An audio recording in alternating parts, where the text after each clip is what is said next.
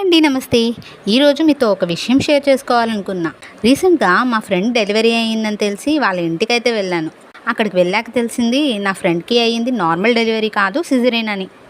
అక్కడ తన హస్బెండ్ తన పట్ల చూపించే కేరింగ్ చూసి చాలా ముచ్చటేసింది. అదే టైంలో వాళ్ళకి తెలిసిన పర్సన్ అయితే వాళ్ళ ఇంటికి వచ్చారు.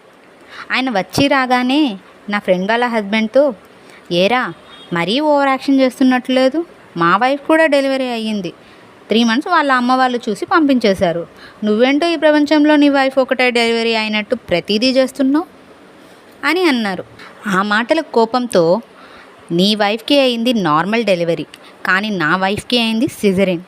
నీ wife 1 day to 1 week face చేసే ప్రాబ్లమ్స్ నా వైఫ్ లైఫ్ లాంగ్ ఫేస్ చేయాల్సి వస్తుంది. అయినా సిజరిన్ అంటే అంత ఈజీ కాదు. బేబీని బయటకు తీసుకురావడానికి 7 layers కట్ చేస్తారు.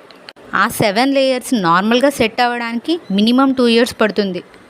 ఇంకా అది కాకుండా బ్యాక్ పెయిన్, ఇలా చాలా సైడ్ ఎఫెక్ట్సే బయటపడతాయి. వాళ్ళకి సిజరిన్ అయినా అట్లీస్ట్ 1 year వరకైనా వాళ్ళకి రెస్ట్ ఉండాలి. అప్పుడే వాళ్ళు త్వరగా సెట్ అవుతారు.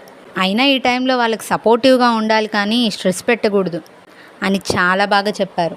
ఆ అన్న మాటలు విన్నాక నేను వెంటనే ఇదైతే మీతో షేర్ చేసుకోవాలి అనుకున్నాను. ఆఫ్టర్ సిజరిన్ నా విషయంలో నా హస్బెండ్ చూపించిన కేరింగే నా ఫ్రెండ్ విషయంలో వాళ్ళ హస్బెండ్ కూడా చూపిస్తుంటే చాలా హ్యాపీగా అనిపించింది.